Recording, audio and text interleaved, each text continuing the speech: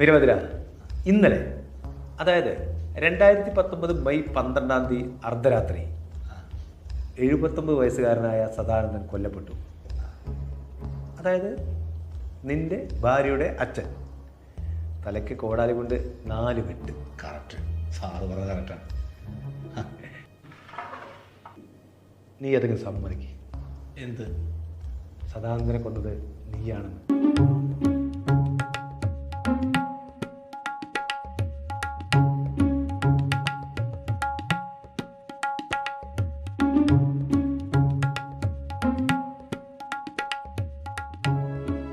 അന്തസ് വിട്ടുള്ള ഒരു പരിപാടിക്കും എന്നെ കിട്ടില്ല.